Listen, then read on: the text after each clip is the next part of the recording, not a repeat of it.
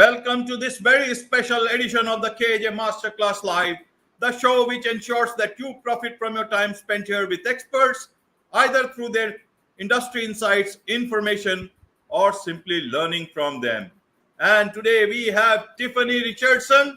She is an entrepreneur and she is the founder of Artisan-Preneur Consulting, which provides comprehensive solutions for entrepreneurs and small businesses looking to leverage AI tech to improve productivity, efficiency, and revenue growth.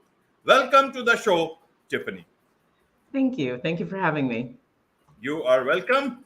Welcome to the show. Welcome to India. I'm sure India has lots of small businesses, not just in India, outside also. And all those businesses, they always look at growing their business and they try all methods. And you talk about using AI tech for business growth. So obviously a lot of people will be interested.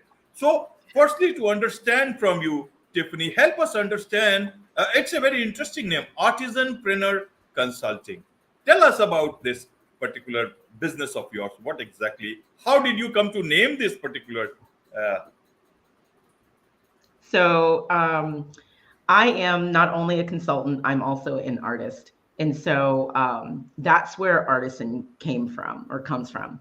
I am a mixed media artist. When I started out, I was just painting. And then I started incorporating organic material like sand and crushed glass and driftwood and things like that because I live down the street from the beach. And I started making things from wood and from fabric. And so that's where Artisan comes in at. Preneur, I've always, as far as I can remember, been an entrepreneur. My grandparents are entrepreneurs. My mother's an entrepreneur. And so I come from a family of entrepreneurs.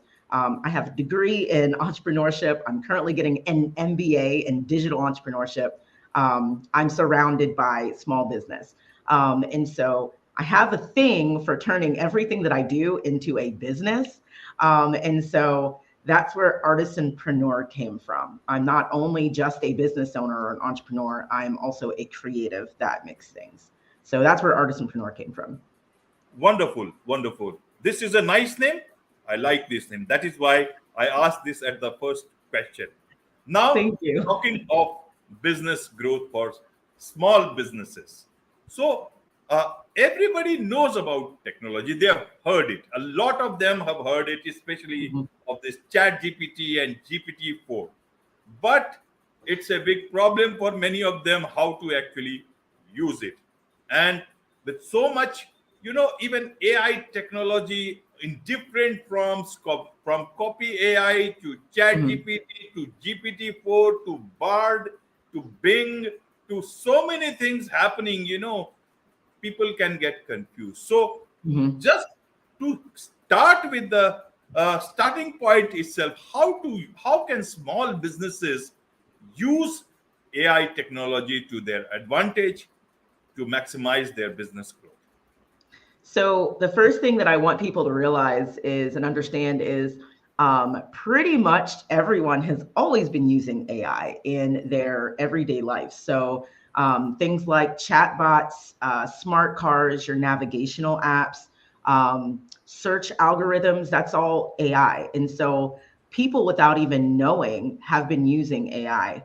The way that people, and you're 100% right, AJ. I think a lot of people, they get confused and overwhelmed with AI to begin with. And it's overwhelming whenever you're actually trying to get in it and understand it. But I think beyond understanding the AI is understanding how to implement it. And so when I talk to business owners about the actual uses of AI in business, some of the things that I mentioned are obviously social media content. So writing captions or titles, descriptions, things like that, or ebooks, creating, I actually teach my clients how to write an entire business plan or create a business model for their business.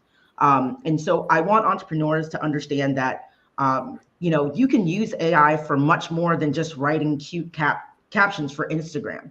You can use AI to brainstorm and create a rough draft, if you will, of an entire business plan.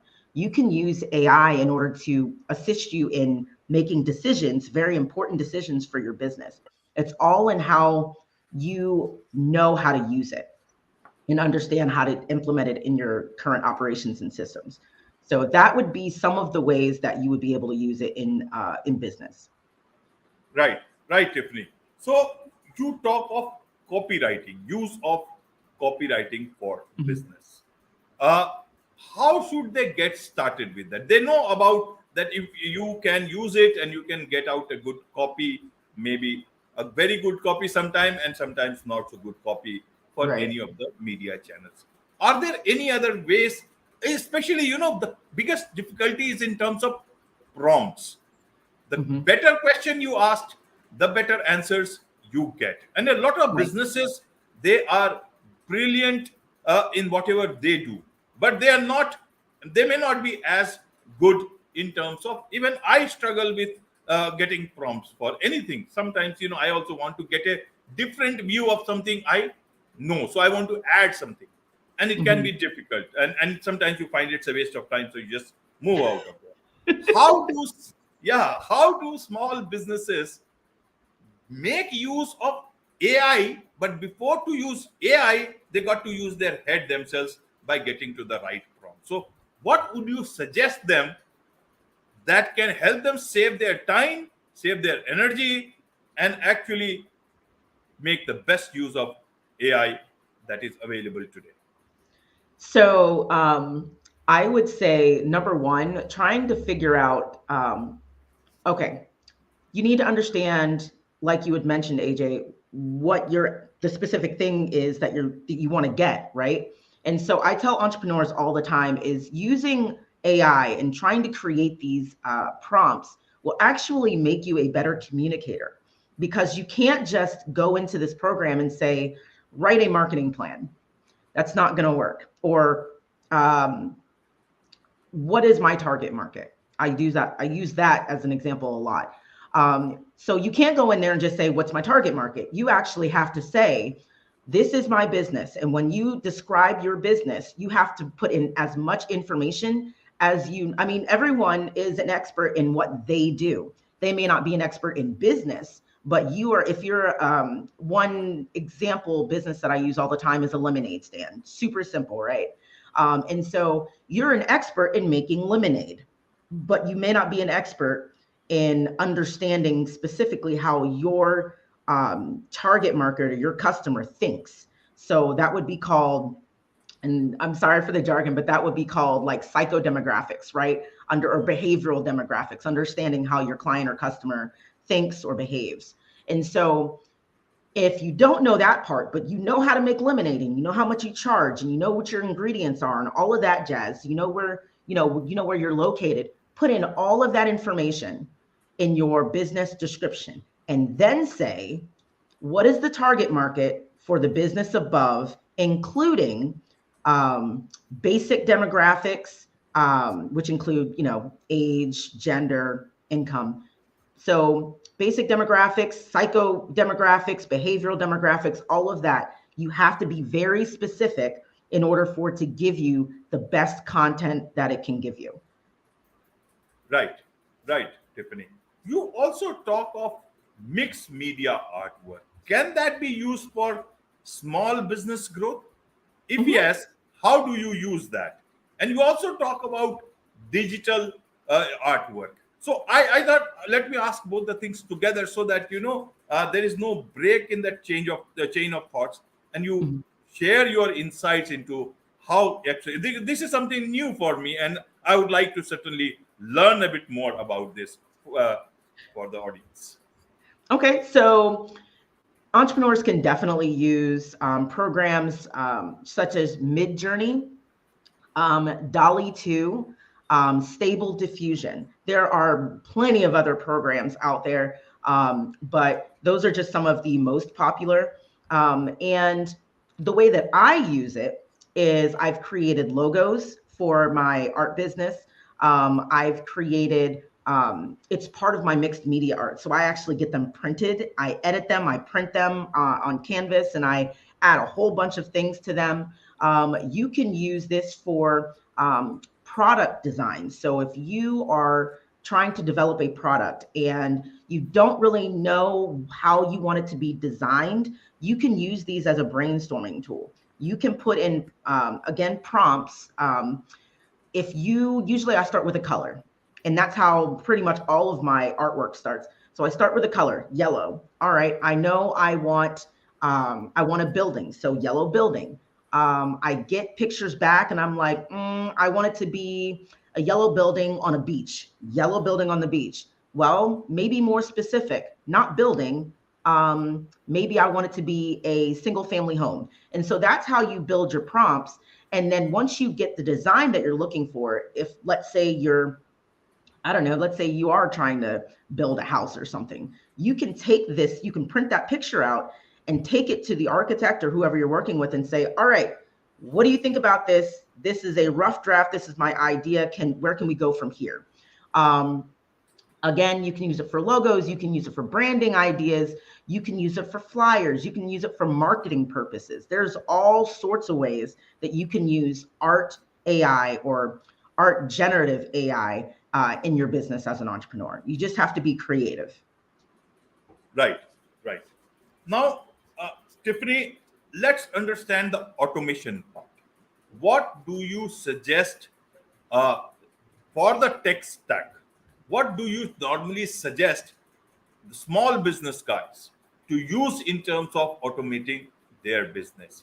And the second part is that a lot of people advise to even small businesses that don't try to do everything yourself. And when automation part comes in, they think, okay, I can save money.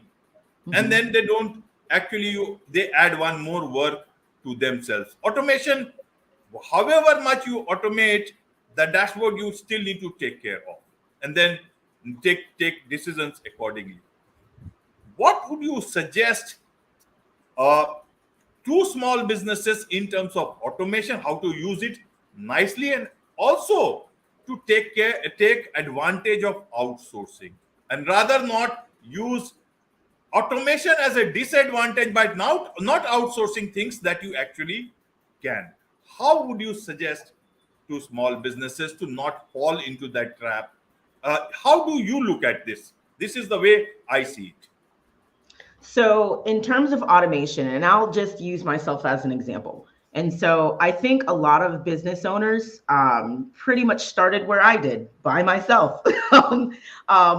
And if they have kids, if they're married, they've probably roped in their family into their business after a while.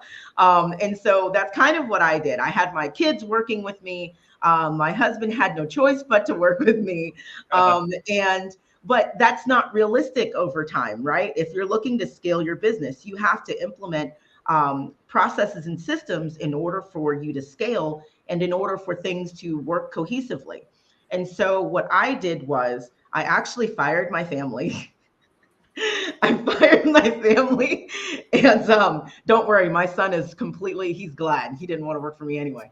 I fired my family, and I actually thought about, all right, I wrote down, and I tell people this all the time, write down 3 things. Write down what you absolutely love to do. Write down what you absolutely hate to do. Write down what you absolutely have no clue how to do.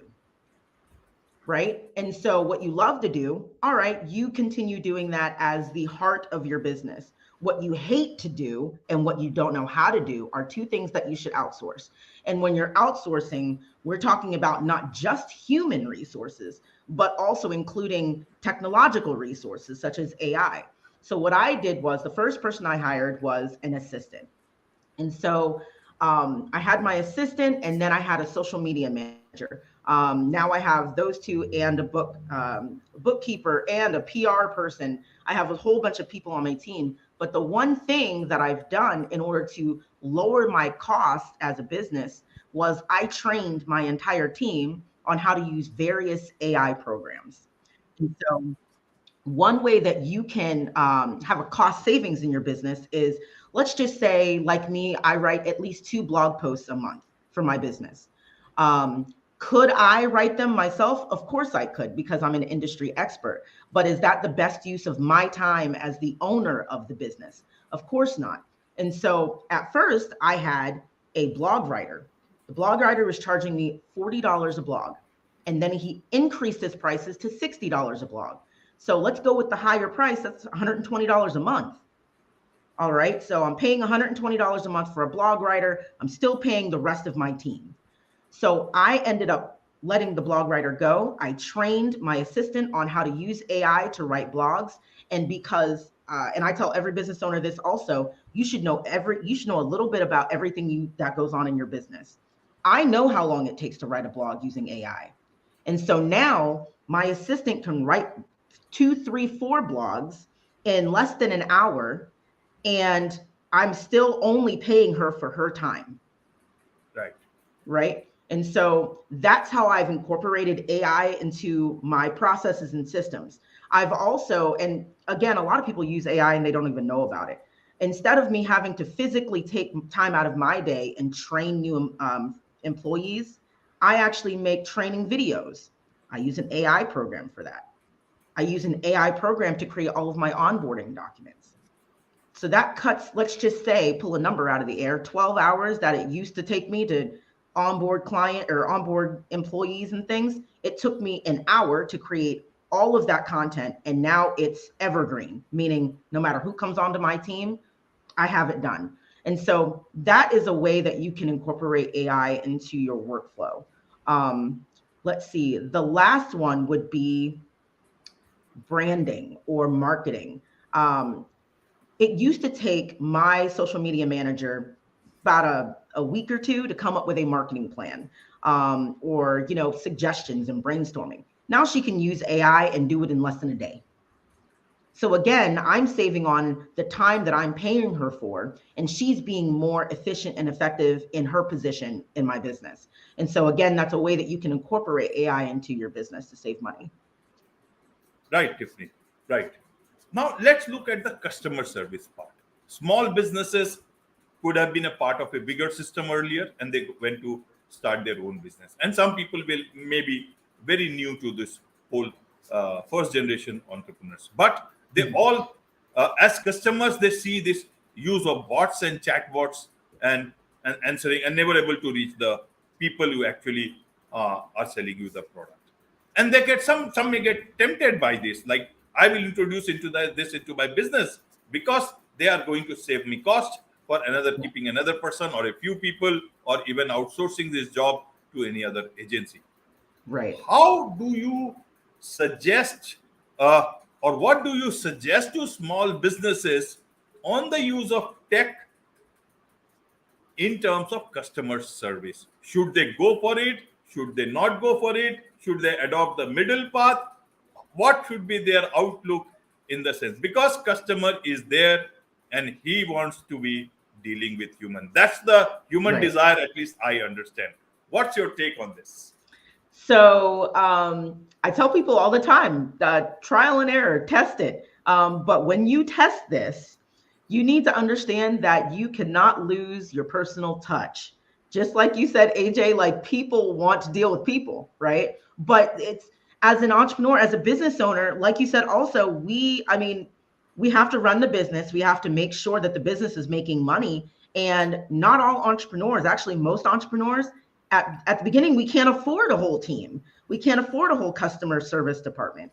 And so if you're going to use chatbots, test it out, get customer feedback, and try to be as transparent as possible. I tell my clients and customers all sorts of things, right? If I'm using a new program, I'm like, hey, I'm going to send you this through the program. I don't know what it's going to say, but you might get something, you might not. Let me know. Your audience, your customers will appreciate your transparency. If you start using it, find out what's working, what's not working. Again, get feedback from your customers or clients. And then if at the end of that, you see that you don't really need it, maybe you do need to hire an actual person, depending on your business or your industry, then go ahead and go that route. But if you find that the chatbot is actually working for you, again, tweak it, make sure that it sounds like you, or it aligns with your brand and the tone that you set as a business. If you find that it works, then use it. But again, don't lose the personal touch and don't use it as a crutch. Don't just think that the chatbot is going to be your whole customer service department. AI does not work without human oversight, and it's not perfect, just like humans are not perfect. And so, again, you can try it out. I would suggest you try it out. See if you like it, if it works for you. If it doesn't, go a different route. If it does, please make sure that you are monitoring your chatbot and your AI technology. Right, right, Tiffany. Well explained. My one question on this is that you see, just 2 days back or yesterday, a couple of these high tech guys, they have written to the government and an open letter that listen, this from chat GPT to GPT-4, now we have taken a long leap, and now it's time to wait and see how this turns out to be, because we don't know the end product, how it's going to impact us. And they have gone to the extent of saying that if they don't stop working for an advanced version of such tech, then government should come in and put a stop or moratorium for any further growth till we know exactly how this pans out. This is about the tech part. So Right.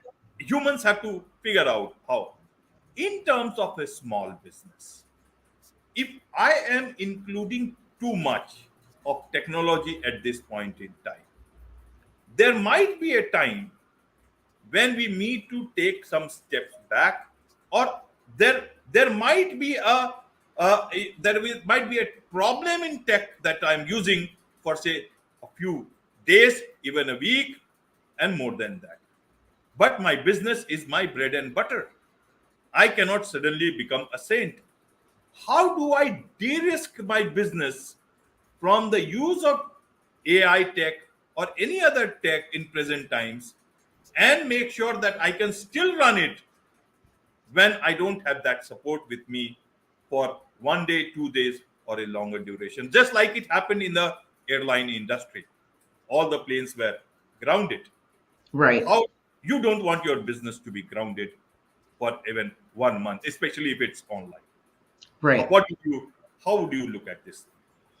I would suggest that everybody look at what they did when the pandemic hit. It's all about pivoting, and it's all about having a plan B, plan C, all the way to Z. You should know how your business operated before AI. And let's just be even more cautious. Again, have a plan B. Sit down and talk to your team, or strategize on your own. If this went out, if I tomorrow lost access to Chat GPT, how would this affect me in the business? And what are some contingencies that I can put in place in order for my business to continue? Now, it may cost you more, but brainstorm, how can you mitigate those costs? You may not be able to take away the entire expense, but how can you lessen that blow to your business? You don't have to completely lose your business. And again, this is why I tell people, don't get too dependent on AI. I suggest always having at least 2 AI programs, because one is always going to crash. It's always going to happen. Chat GPT, the servers are down half the time because the entire world is on there. And so if you're a blog writer and all you do is write blogs using Chat GPT, what happens when the servers are down? You have to have a backup. So let's go with chatbots. Before chatbots were a thing, how did you talk to your customers? Right. How did you manage that? There should be, if you have a team, there should be training on how to pivot away from high use technology in your business. What would we do? Let's just say if there were another pandemic, if there was like you said, if something happened with the government and now all of a sudden we don't have access to AI programs anymore. There needs to be a strategy session at least once every 6 months, if not maybe once a quarter, because now things are moving so fast with technology. let's make sure that we strategize at least a few times throughout the year, just to make sure that we have a buffer, if you will, in case something happens with AI and our access to it. So that would be my suggestion. Have strategy sessions, create a plan B through Z, and make sure that you, as well as your entire team, understands how to implement these strategies immediately if necessary. Right, right. And also keep your data in hand in case you Yes. don't have access to it online.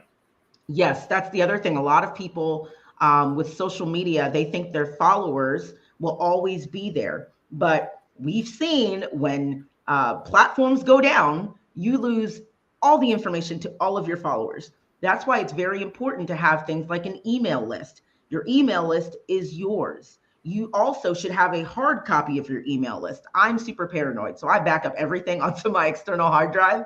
And I have two of those.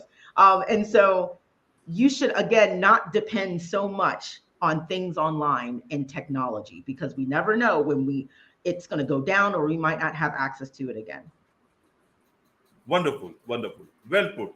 My last question to you, Tiffany, is that you have achieved quite a lot, and especially as a woman. And I see as you as an inspiring woman.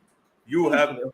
using your experience in skincare, you turn your hobby into a successful business.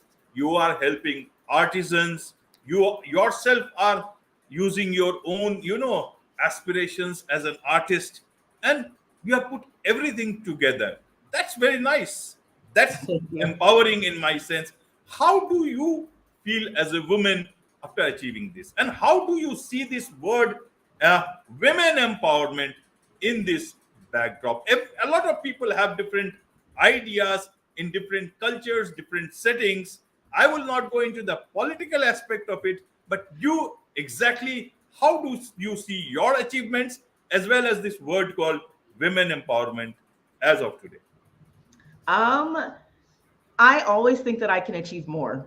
And my mom and my husband and my brother and sister, my kids don't really care because they're young. So, but they continuously tell me, like, Tiffany, you're doing so much. And in my mind, I'm not doing enough. I want to do more.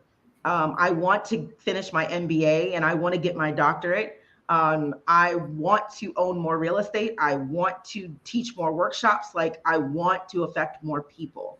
And so I'm always raising the bar for myself. And I think that my current achievements are literally like the tip of the iceberg. I feel like I have so much more that I'm capable of doing. Women empowerment, that just makes me, when I think women empowerment, I think of my daughter. She's 8. And she has her own business also. She's an artist, and she owns a lemonade business. And when I think of women empowerment, I think of my relationship with my daughter, and with my niece.